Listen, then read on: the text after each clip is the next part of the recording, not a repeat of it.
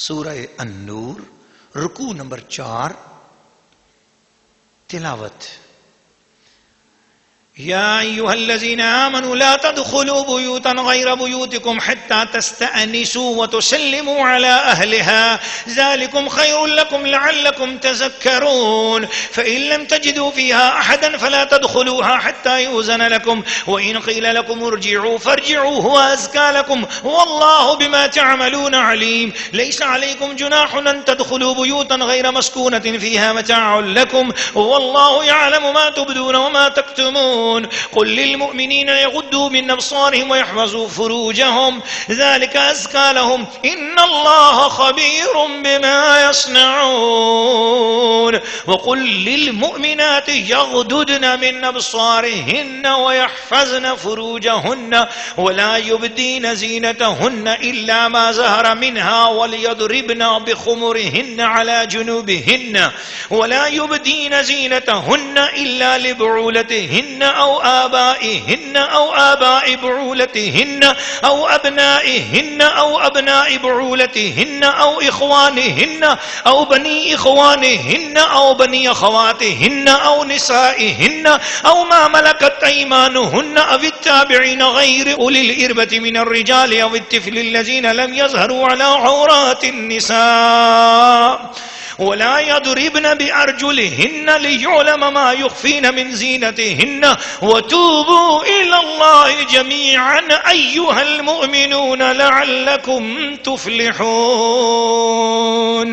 وأنكحوا الأيام منكم والصالحين من عبادكم وإمائكم وإن يكونوا فقراء يغنيهم الله من فضله والله واسع عليم. وليستعفف الذين لا يجدون نكاحا حتى يغنيهم الله من فضله والذين يبتغون الكتاب مما ملكت أيمانكم فكاتبوهم إن علمتم فيهم خيرا وآتوهم من مال الله الذي آتاكم ولا تكرهوا فتياتكم على البغاء إن أردنا تحسنا لتبتغوا عرض الحياة الدنيا ومن يكرههن فإن الله من بعد إكراههن غفور رحيم. ولقد أنزلنا إليكم آيات مبينات ومثلا من الذين خلوا من قبلكم وموعظة للمتقين. سورہ النور رکوع نمبر 4 ترجمہ. کنز الایمان.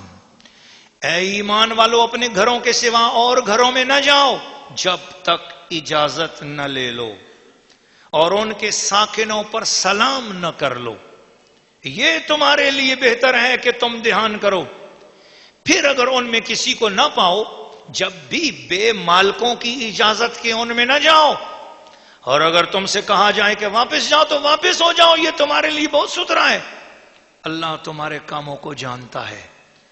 اس میں تم پر کچھ گناہ نہیں کہ ان گھروں میں جاؤ جو خاص کسی کی سکونت کے نہیں اور ان کے برتنے کا تمہیں اختیار ہے اور اللہ جانتا ہے جو تم ظاہر کرتے ہو جو تم چھپاتے ہو. مسلمان مردوں کو حکم دو اپنی نگاہیں کچھ نیچی رکھیں اور اپنی شرمگاہوں کی حفاظت کریں. یہ ان کے لیے بہت ستھرا ہے. بے شک اللہ کو ان کے کاموں کی خبر ہے. اور مسلمان عورتوں کو حکم دو اپنی نگاہیں کچھ نیچی رکھیں اور اپنی پارسائی کی حفاظت کریں اور اپنا بناؤ نہ دکھائیں مگر جتنا خود ہی ظاہر ہے اور دوپٹے اپنے گریبانوں پر ڈالے رہیں اور اپنا سنگار ظاہر نہ کریں مگر اپنے شوہروں پر یا اپنے باپ یا شوہروں کے باپ یا اپنے بیٹے یا شوہروں کے بیٹے یا اپنے بھائی یا اپنے بھتیجے یا اپنے بھانجے یا اپنے دین کی عورتیں یا اپنی کنیزیں جو اپنے ہاتھ کی ملک ہوں یا نوکر بشرط یہ کہ شہوت والے مرد نہ ہوں یا وہ بچے جنہیں عورتوں کی شرم کی چیزوں کی خبر نہیں. اور زمین پر پاؤں زور سے نہ رکھیں کہ جانا جائے ان کا چھپا ہوا سنگار. اور اللہ کی طرف توبہ کرو اے مسلمانوں سب کے سب اس امید پر کہ تم فلاح پاؤ. اور نکاح کر دو اپنوں میں سے ان کا جو بے نکاح ہوں اور اپنے لائق بندوں اور کنیزوں کا. اور اگر وہ فقیر ہوں تو اللہ انہیں غنی کر دے گا اپنے فضل کے سبب اور اللہ وسعت والا علم والا ہے. اور چاہیے کہ بچے رہیں وہ جو نکاح کا مقدور نہیں رکھتے، یہاں تک کہ اللہ مقدور والا کر دے اپنے فضل سے. اور تمہارے ہاتھ کی ملک باندھی غلاموں میں سے جو یہ چاہیں کہ کچھ مال کمانے کی شرط پر انہیں آزادی لکھ دو تو لکھ دو، اگر ان میں کچھ بھلائی جانو، اور اس پر ان کی مدد کرو اللہ کے مال سے جو تم کو دیا، اور مجبور نہ کرو اپنی کنیزوں کو بدکاری پر جب وہ بچنا چاہیں، تاکہ تم دنیاوی زندگی کا کچھ مال چاہو. اور جو انہیں مجبور کرے گا تو بے شک اللہ بعد اس کے کہ وہ مجبوری ہی کی حالت پر رہیں بخشنے والا مہربان ہے. اور بے شک ہم نے اتاری تمہاری طرف روشن آیتیں اور کچھ ان لوگوں کا بیان جو تم سے پہلے ہو گزرے، اور ڈر والوں کے لیے نصیحت.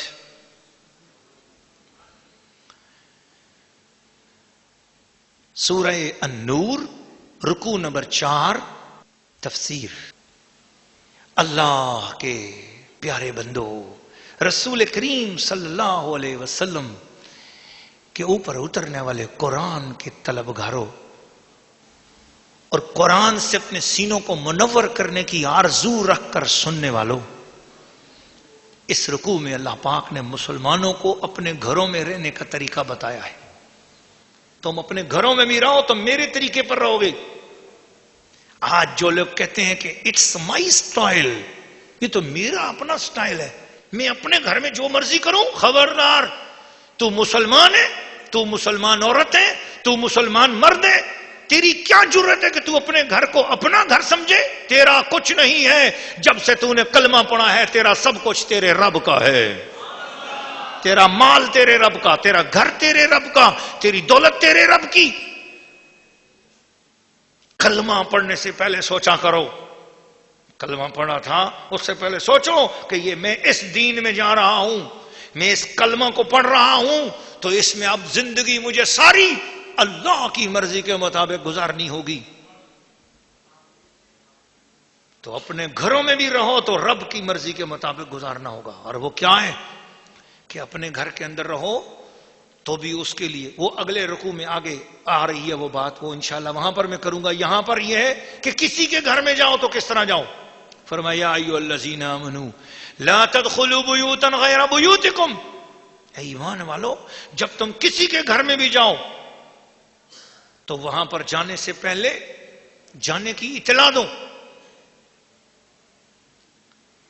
حتی تستأنسوا، یہ تستانسوا کا ترجمہ اجازت بھی ہے، اور تستانسوا کا ترجمہ یہ بھی ہے کہ ان کو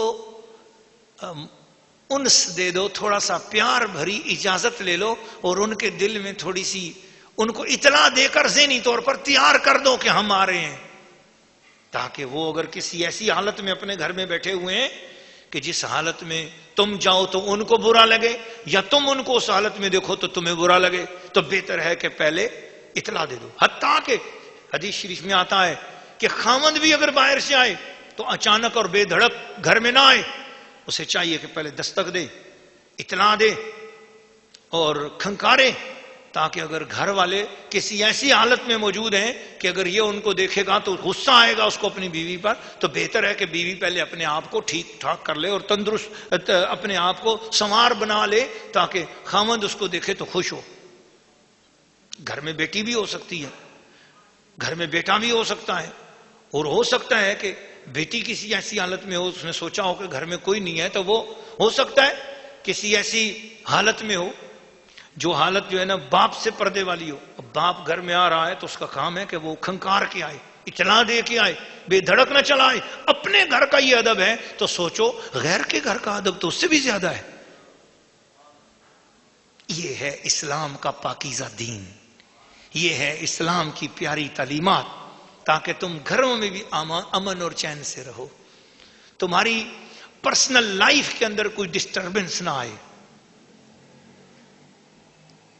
فرمایا فَإِن لَمْ تَجِدُوا فِيهَا أَحَدًا فَلَا تَدْخُلُوهَا حَتَّى يُؤْذَنَ لَكُمْ. کوئی خالی مکان ہے اور ہے وہ کسی کا، خالی مکان ہے کسی کا، اس کے اندر بھی نہ جاؤ جب تک کہ ان کے مالکوں سے اجازت نہ لے لو. دروازہ کھلا ہوا ہے، خالی مکان، اندر کوئی بھی نہیں، آپ کو اجازت نہیں ہے آپ اس دروازے کے اندر داخل ہو سکو. اگر کیا آپ نے اللہ کا گناہ کیا, قرآن مجید کی نافرمانی کی. اور اگر تم کسی گھر میں گئے, وَإِنْ قِيلَ لَكُمُ ارْجِعُوا فَارْجِعُوا, آپ کو کسی نے کہا کہ جی چلے جاؤ واپس, آپ نے کہا ہم آنا چاہتے ہیں, اور اس نے کہا کہ نہیں جی ابھی نہ آئیں, اب واپس جائیں. فرمایا فَارْجِعُوا هُوَ أَزْكَىٰ لَكُمْ, تمہارے لیے اچھا اسی میں ہے کہ تم واپس چلے جاؤ. کسی کے گھر میں مجبور کر کے اس کو نہ جاؤ. نہ جانے اس کی کیا مجبوری ہے کہ جو اس وقت تمہیں اپنے گھر بٹھا نہیں سکتا, بلا نہیں سکتا, بلا نہیں سکتی, بٹھا نہیں سکتی. یہ تو ہو گیا گھروں کا آداب. اب ہمارے ہاں محلوں میں, علاقوں میں ہوٹل بھی بنے ہوتے ہیں, اور ایئرپورٹس پر, اسٹیشنز پر, بس اسٹاپوں کے پاس, ایسی جگہوں پر ہوٹل بھی بنے ہوتے ہیں, سرائے بھی بنی ہوتی ہیں. ایک مرتبہ حضرت مولا علی سے کسی نے پوچھا کہ جناب قرآن میں سرائے کا بھی ذکر ہے, ہوٹل کا ذکر ہے؟ ہوٹل سے مراد یہ کہ وہ جگہ جہاں پر آپ کو ایک وقت کے لیے ٹھہرنا, یا کچھ وقت کے لیے آپ ٹھہرنا چاہتے ہیں عارضی طور پر, تو وہاں پورا کمرہ, واش روم وغیرہ, یہ وہ ساری سہولیات بھی موجود ہیں, اور آپ کو کھانا بھی وہاں پر مل جائے. تو کرائے کے طور پر کچھ ٹائم کے لیے, دن دو دن, کسی وقت بھی آپ وہاں رہنا چاہیں. جیسے اگر آپ مدینہ شریف جاتے ہیں تو آپ وہاں ہوٹل کرائے پہ لیتے ہیں, آپ عمرے پہ جاتے ہیں تو وہاں آپ کو ہوٹل کرائے پہ لینا پڑتا ہے. اسی طریقے سے آپ اس چیز کو, اب آپ دنیا کے کسی کام میں بھی کہیں جائیں تو کسی نے پوچھا مولا علی پاک سے کہ اے مولا علی قرآن میں کہیں سرائے کا ذکر, اس زمانے میں ہوٹل کو سرائے کہا جاتا تھا, سرائے کا بھی ذکر ہے؟ مولا علی پاک نے یہی آیت پڑھی, فوراً فرمایا, یہ سورہ النور کے 4 رکوع کی آیت نمبر 29 ہے. اللہ تعالیٰ نے ارشاد فرمایا لیس علیکم جناح ان تدخلوا بیوتا غیر مسکونۃ فیہا متاع لکم, اس میں تم پر کچھ گناہ نہیں کہ ان گھروں میں جاؤ جو کسی خاص کسی کی سکونت کے نہیں ہیں, اور ان کے برتنے کا اس کے اندر سامان ہے, اور ان کے برتنے کا تمہیں اختیار بھی ہے. تو فرمایا اس سے مراد سرائے ہے, اس سے مراد ہوٹل ہیں, اس سے مراد موٹل ہیں, اس سے مراد مسافر خانے ہیں. تو آپ مسافر خانے کے اندر بلا تکلف جا سکتے ہو. یہ ہو گیا حکم, گھروں کا حکم, اپنے گھروں کا بھی آ گیا, غیروں کے گھروں میں بھی جانے کا حکم آ گیا, ہوٹلوں مسافر خانوں میں بھی جانے کا حکم آ گیا. اب عام لائف کے اندر ایک مسلمان مرد کو اور ایک مسلمان عورت کو کیسے رہنا چاہیے, دس از دا پوائنٹ. پلیز کنسنٹریٹ, توجہ فرمائیے. بہت اہم بات میں آپ کے ساتھ کرنے والا ہوں اس وقت. مسلمانوں پوری توجہ کے ساتھ ان اگلی آیات مبارکہ کو سنو. مردوں کے لیے حکم آیا ہے, آیت نمبر 30. پہلے مردوں کے لیے حکم ہے, اور مردوں کو کیا حکم دیا گیا؟ قل للمؤمنین یغضوا من ابصارہم, مسلمانوں مردوں کو حکم دو اپنی نگاہیں کچھ نیچی رکھ کے چلا کریں. کوئی سامنے سے عورت آ رہی ہے تو عورت کے بدن کو دیکھنے نہ لگ جایا کریں. عورت جہاں تک چل رہی ہے پیچھے سے نظریں اس کے اوپر گھاڑ نہ لیا کریں.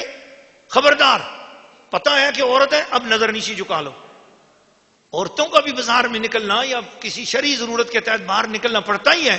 عورت کہیں سفر کر رہی ہے, نکل رہی ہے, کہیں گاڑی میں بیٹھی ہے, جا رہی ہے, وہ بھی بیچاری عورتیں ہیں اور ان کے ساتھ بھی معاملات ہیں. تو مردوں کو حکم دیا کہ اپنی نظریں نیچی رکھو. پہلی نظر اگر پڑ بھی گئی ہے ایک دم اپنی نظر نیچی کر لو. وَيَحْفَظُوا فُرُوجَهُمْ, مردوں کو کہا اپنی شرمگاہوں کی حفاظت کرو. تمہاری شرمگاہیں صرف انہی کے لیے جن کے ساتھ تمہارا نکاح ہوا ہے. خبردار, اپنی شرمگاہوں کا اظہار یا اپنی شرمگاہوں کا دکھاوا یا اپنی شرمگاہوں کی توجہ ایسی عورتوں کی طرف مت کرو جن عورتوں کے ساتھ تمہارا نکاح نہیں. ذالک ازکا لکم, یہ تمہارے لیے زیادہ ستھرا ہے. ان اللہ خبیر بما یصنعون, اللہ تعالیٰ کو تمہارے کاموں کی خبر ہے. اب یہ اتنی بات مردوں کے لیے ہے. یہ آیت نمبر 30 میں نے پڑھی ہے, سورہ النور ہے. مردوں کے لیے حکم آیا. اب ذرا میں عورتوں کے لیے حکم پڑھنا چاہ رہا ہوں. اپنی مسلمان بہنوں کو انصاف کی دعوت دینا چاہتا ہوں. مسلمان لڑکیوں کو, کالجوں میں پڑھنے والی لڑکیوں کو, یونیورسٹی میں لڑکے جو پڑھتی ہیں, باہر کے ملکوں میں جو رہتی ہیں, جو اپنے آپ کو ماڈریٹ سمجھتی ہیں, جنہوں نے کلمہ تو پڑھا ہوا ہے نبی پاک صلی اللہ علیہ وسلم کا, لیکن دماغ متاثر ہے ان کا انگریز کی سوچ سے. میں ان مسلمان عورتوں کو کہنا چاہتا ہوں کہ ملا کی بات نہ سنو, مولوی کی بات نہیں سنتی ہو تو نہ سنو، دشمن سمجھتی ہو مولوی کو اپنا، لیکن یہ بات میں تمہارے رب کی بات تمہارے سامنے رکھ رہا ہوں. مولوی کی بات سن کر نہ سمجھنا. آؤ اپنے گھر میں جاؤ، جا کر قرآن کھولو اور اس آیت کریمہ پر توجہ کرو کہ اللہ نے جب مردوں سے بات کی تو ایسی بات، لیکن عورتوں سے بات کتنی لمبی بات کی، کتنی دیر تک عورتوں کے ساتھ مخاطب رہا، کتنی دیر مسلمان عورتوں کو سمجھایا. ذرا میں آپ کے سامنے صرف اس کا ترجمہ اور اس کی تشریح آپ کے سامنے رکھنا چاہتا ہوں اور اسی کے ساتھ اپنے اس رکوع کا اختتام کر دوں گا. مجھے صرف اتنی بات بتاؤ، سنو توجہ کرو. فرمایا وَقُلْ لِلْمُؤْمِنِينَ يَغْضُضْنَ مِنْ أَبْصَارِهِنَّ. ایک بات توجہ کرتے جانا، مسلمان عورتوں کو حکم دو کہ اپنی نگاہیں کچھ نیچی رکھیں. وَيَحْفَظْنَ فُرُوجَهُنَّ، اپنی پارسائی کی حفاظت کریں. اعلیٰ حضرت نے بڑا عظیم اور نفیس ترجمہ کیا ہے. جب یہی ترجمہ اوپر آیا وَيَحْفَظُوا فُرُوجَهُمْ، مردوں کو حکم دو اپنی شرمگاہوں کی حفاظت کریں. لیکن جب بات عورتوں کے حوالے سے وہی لفظ آیا تو اعلیٰ حضرت نے وہاں پر وہ لفظ استعمال ہونا چاہیے تھا، مگر اعلیٰ حضرت نے کمال نفاست، طہارت اور عظیم اپنی عالمانہ بصیرت کا اظہار کیا. اے اعلیٰ حضرت، آپ کے مزار اقدس پر کروڑوں سلام ہوں، کیا عظیم و شان آپ نے ترجمہ کیا. اے مسلمان عورتوں دیکھو ترجمہ کیا، فرمایا عورتوں کو حکم دو کہ وہ اپنی پارسائی کی حفاظت کریں. اس نفیس اشارے کے اندر وہ ساری بات آ گئی جو وہ مردوں سے کہی جا چکی ہے. وَلَا يُبْدِينَ زِينَتَهُنَّ، اپنا بناؤ نہ دکھائیں. لپسٹک لگا لی اور کاجل لگا لیے اور اپنی زلفیں بکھیر دی اور سر عام بے حیائیاں شروع کر دی. خبردار، تمہاری زینت کی جتنی چیزیں بھی ہیں وہ تمہارے شوہر کے لیے ہیں، ان کو غیر مرد نہ دیکھیں. وَلَا يُبْدِينَ زِينَتَهُنَّ إِلَّا مَا ظَهَرَ مِنْهَا، مگر جتنا خود ہی ظاہر ہے، جتنا خود ہی ظاہر ہے. نہایت حیادار اور پاکیزہ کلمہ قرآن مجید نے فرمایا ہے. اس کے اندر بہت لطیف اشارہ ہے، لیکن جتنا خود ہی ظاہر ہے تو اس کا کیا کرنا ہے. فرمایا وَلْيَضْرِبْنَ بِخُمُرِهِنَّ عَلَى جُيُوبِهِنَّ، تو اپنے دوپٹے، اپنی چادریں اپنے گریبانوں پر ڈالے رکھیں. سبحان اللہ. وَلَا يُبْدِينَ زِينَتَهُنَّ، اپنا سنگار ظاہر نہ کریں. إِلَّا لِبُعُولَتِهِنَّ، مگر اپنے شوہروں پر، یا او آبائهن، اپنے باپ کے سامنے، او آباء بعولتهن، یا شوہروں کے باپ کے سامنے، او ابنائهن، یا اپنے بیٹے، او ابناء بعولتهن، یا شوہروں کے بیٹے، او اخوانهن، یا اپنے بھائی، او بنی اخوانهن، یا اپنے بھتیجے. تو اب آپ کو میں بتاؤں، آیت چلتی آ رہی ہے، آیت ختم نہیں ہوئی. عورتوں سے جب خطاب شروع ہوا تو اتنی لمبی بات کی کیونکہ عورتوں نے بے توجہی کرنی تھی. اسی لیے عورتوں کی وجہ سے چونکہ فساد پھیلتا ہے، عورتوں کی وجہ سے چونکہ معاشرے میں بے حیائی پھیلتی ہے، اور عورتوں کی بے راہ روی کی وجہ سے مرد گمراہ ہو جاتے ہیں. لہٰذا مردوں سے مختصر بات کی اور عورتوں کے ساتھ تفصیل سے بات کی. کل قیامت والے دن عورتیں یہ نہ کہہ سکیں مولا کھل کر بات نہ تھی، صحیح سمجھ نہیں آئی تھی، تفصیل سے ہمیں نہیں پتا چلا تھا. کل قیامت کے دن میری ماں، بہن، بیٹی اور میری مسلمان عورت اور میرے رسول کا کلمہ پڑھنے والی، کل تو قیامت کے دن رب کے سامنے یہ نہیں کہہ سکے گی کہ مولا ہمیں کھل کر نہیں پتا چلا تھا. رب کریم نے سورہ النور کے اندر اللہ پاک نے آیت نمبر 31 کو تفصیل سے بیان فرما دیا، اور آپ تمام عورتوں کی ذمہ داری ہے کہ اس کو ضرور توجہ کے ساتھ پڑھیے. آخر میں ایک بات یہ بھی کی کہ لوگوں نکاح کو آسان کرو، نکاح مشکل نہ کرو. ایسی رسمیں مت بناؤ جس میں عورت کی شادی کرنے کے لیے تمہیں بہت بڑے اخراجات کرنے پڑیں، یا مرد کی شادی کے لیے بہت زیادہ پیسہ خرچ کرنا پڑے. بچیوں کے لیے ایسے رسم و رواج مت بناؤ. اللہ فرما رہا ہے میرے پاس رزق میرے پاس ہے. جس کی غربت ہے اور وہ بالغ ہے اور اس کے اندر شہوت ہے، اللہ فرما رہا ہے، قرآن مجید ہے، فرمایا کہ پھر اس طرح کرو، ان یکونوا فقراء، اگر تم فقیر ہو لیکن شادی کی عمر ہو گئی ہے، بچی ہے یا بچہ، اپنے طرح کے کوئی بھی جوڑا ڈھونڈو، شادی کر لو. یغنہم اللہ من فضلہ، اللہ شریعت پر عمل کرنے کی برکت سے اپنی جوانی کو غلط بات سے بچانے کے لیے، بدکاری سے بچانے کے لیے جس نے فوراً شادی کی برکت سے اللہ تعالیٰ اس کو غنی کر دے گا، اس کو دولت عطا کر دے گا. واللہ واسع علیم، اللہ بڑی وسعت والا ہے، بڑی علم والا ہے۔ یہاں کہتے ہیں جی جب تک جناب وہ پیسے نہیں آئیں گے، لڑکا ابھی کچھ کما ہی نہیں رہا، اور لڑکا اگر بدکاری میں پڑ گیا تو پھر ابھی تو وہ کسی کام پہ نہیں لگا جی، ابھی تو اس کے پاس کچھ ہے نہیں۔ اللہ کہہ رہا ہے شادی کراؤ، میں رزق عطا کر دوں گا، اس کو بدکاری سے بچاؤ، اس کو برے رستے سے بچاؤ۔